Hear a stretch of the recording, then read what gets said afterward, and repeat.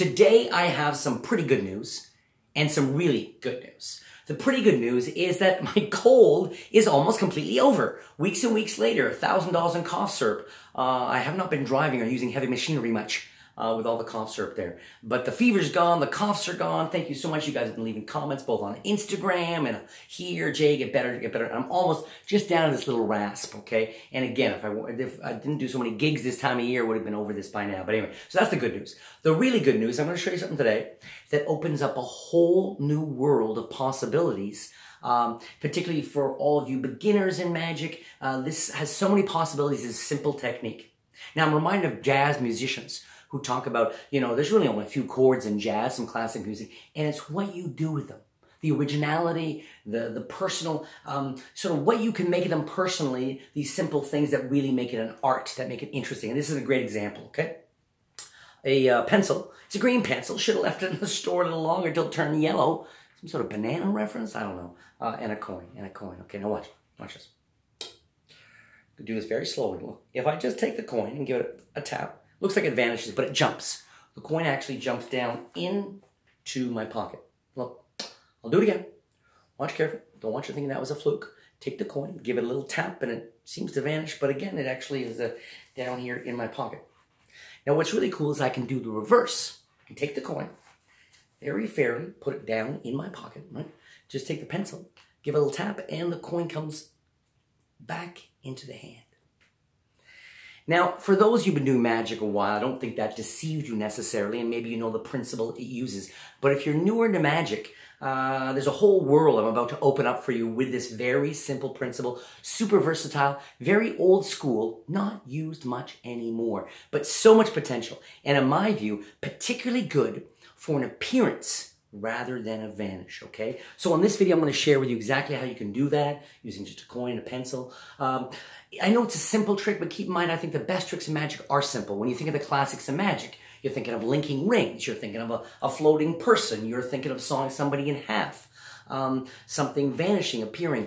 The basics are the things that appeal to people's imaginations and that resonate with people on an emotional and poetic level. As soon as you get into complicated stuff, it's great for the intermediate magicians. Magician, we love that complicated stuff. But for the real people in the real world, simple is the way to go. So I'm going to reveal the secrets, okay?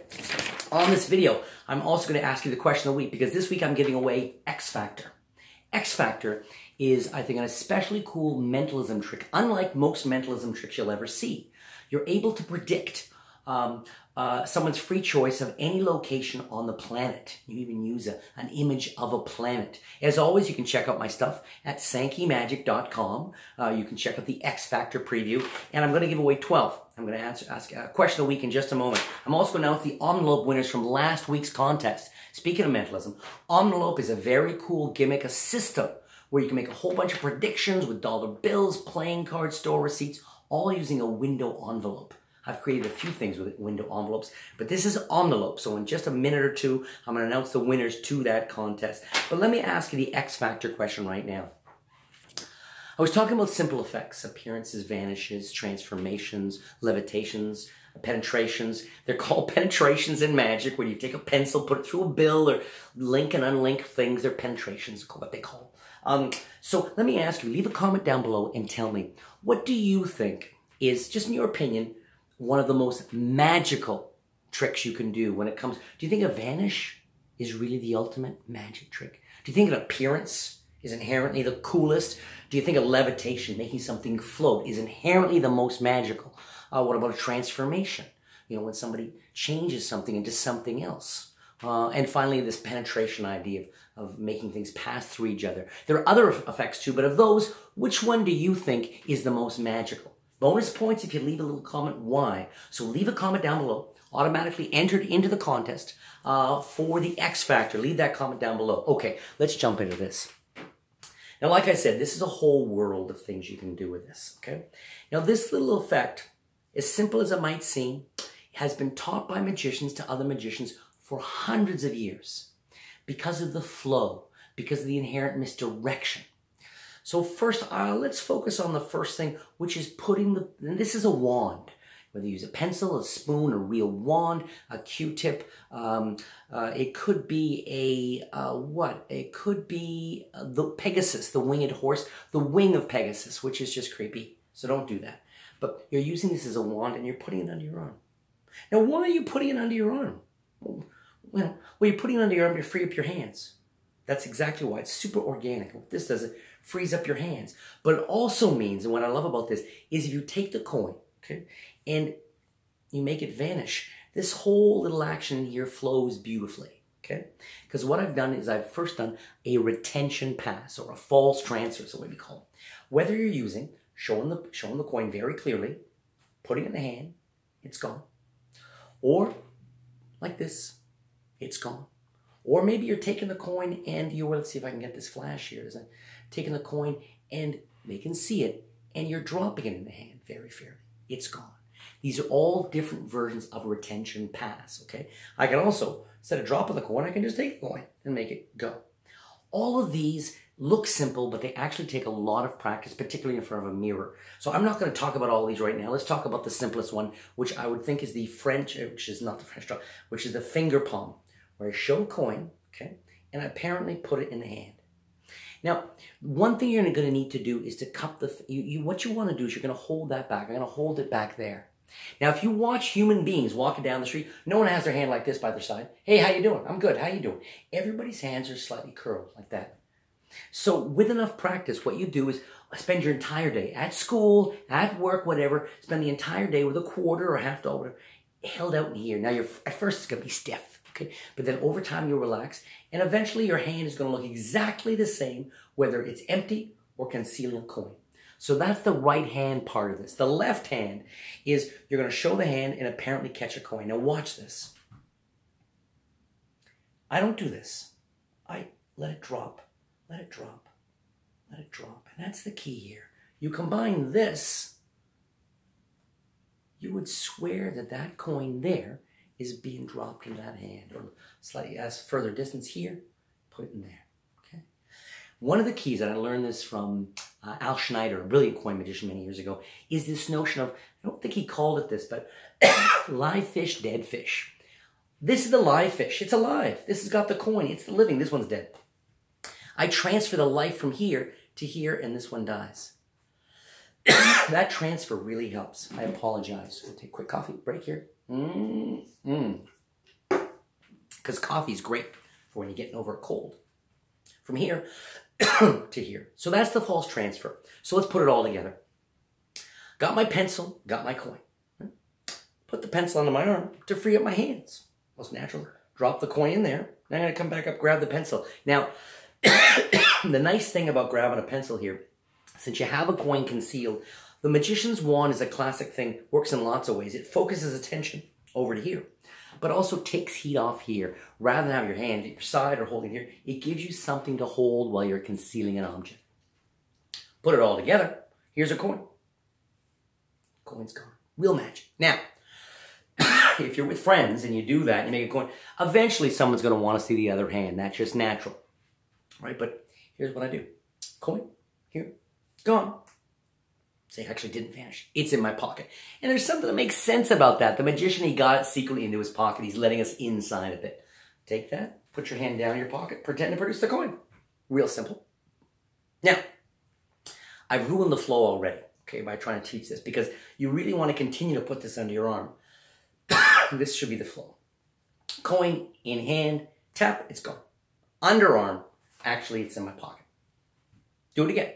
Coin in hand. Tap, it's gone. You can do this all day. But where you really fool people, where it really works, is when you take the coin, put it in your pocket, show your hand empty, and it reappears in the hand. That's the blow-off. That's the one when people really go, blah. Okay? So it brings it a full circle. Really suggests that you do have magic powers. So how do you do that? This is the other part I want to open up for you guys. Sleeving. Now, there's a whole art. There's a whole advanced technique. You could spend years. There are people who spend years learning how to throw things up their arm with one hand, or coming over and chuck things up their sleeve the other hand.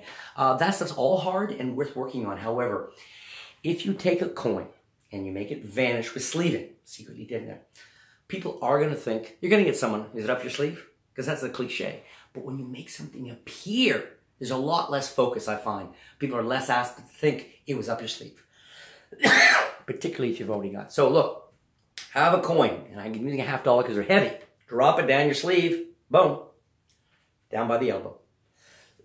Now I can do this whole thing. Sorry about the coughing. Whole thing. Under. What's it going? Gone. Actually, it's down here. Still up my sleeve. That coin. Do it again. Done. Here it is. Now, last time, I'm going to take the coin, put it in my pocket. They see you put it in your pocket. Your hands are empty. Take the pencil out. All focus is here. What's the most natural thing in the world? For my hand to drop to my side. When I do, I cut my hand just a little bit, and it catches the coin that slid right down the sleeve into my hand. No effort. Now I can come up. Really focus here. Work's done. They just saw that hand empty. They just saw you put the coin in your pocket. Boom. Coin is back. Now, a couple quick details here. People might say, hey, can I look in your pocket? But if you happen to have change, if you're using quarters and in your pocket you say, I'm going to use a coin here. Let's use the quarter here. And no one's going to notice whether you had 65 cents there or $1.65. Okay, so you're good there. Don't worry about that. Have a little change. No one cares. Okay. The other thing is I want to point out that you can, because you can have things in your sleeve, notice what you can do here. And I really love this part. This is why there's a whole world. If you have a $50 in your sleeve, and if you can do a basic vanish, it means that what you can do is something like take a bottle cap. Show your hands absolutely empty, okay? Take the bottle cap, put it in your hand. Say, look, snap my fingers, and look, the bottle cap's changed into a $50. I mean, that's some cool magic right there. And all I did, right, was did our false transfer, show. And the false transfer is going to take work. This is not something you pick up in 10 minutes, okay? Got to really work on the focus, the put, okay? Then maybe I go to my pocket for get the wand, whatever, and in that moment, I just have to lower my hand down. Okay, now notice I can be one ahead too. I can show my hands absolutely empty, okay? Focus here, and as I'm focusing here, I lowered my hand, I got the $50 down my hand. Now if I do the false transfer, boom, like that.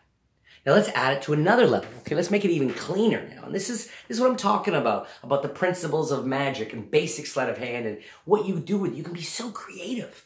Notice I can take this one technique and do 10 different tricks where this changed into this vanishes, this appearances, and to a layperson, they all seem like different tricks. To a magician, it's all just a sleeve. So I can have this in there, okay?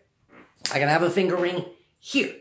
I can have my little pencil in my front pocket, okay? Now I'm ready to do something really cool because what I'm going to do is show you my hands are absolutely empty, just a finger ring, okay? You can see that.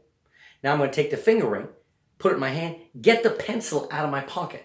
Now watch, tap. You saw the finger ring. My hands are in full view and I just changed the ring into a coin and my hands are empty. Beautiful magic. So it's all about the structure. It's about creating the small story. So I have the coin in the sleeve, right? I have the ring here and I have the pencil, which is my magic wand, in my pocket. So the whole thing is about justification. You never want to do anything that causes even the slightest ripple across lake suspicion, right? It's all about organic, doing things that humans have been doing forever, and within the larger actions, doing secret actions. So having said all that, hands, boom, boom, boom, like this. Okay, pop, pop, pop. Okay.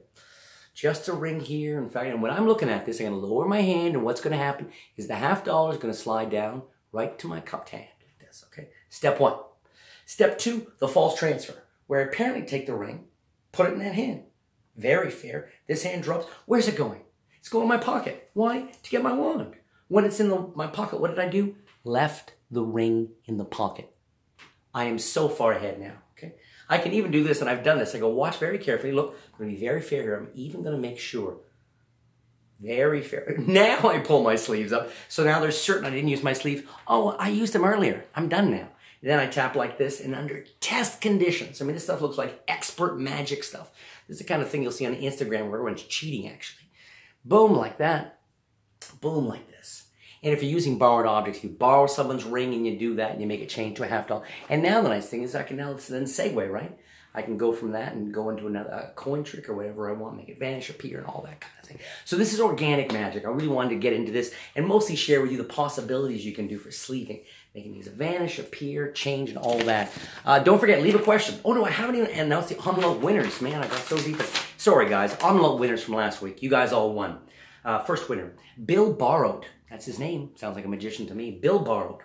Puppet 87112. Winner, Stéphane Rougeau. You won, buddy. Gagné, French, win.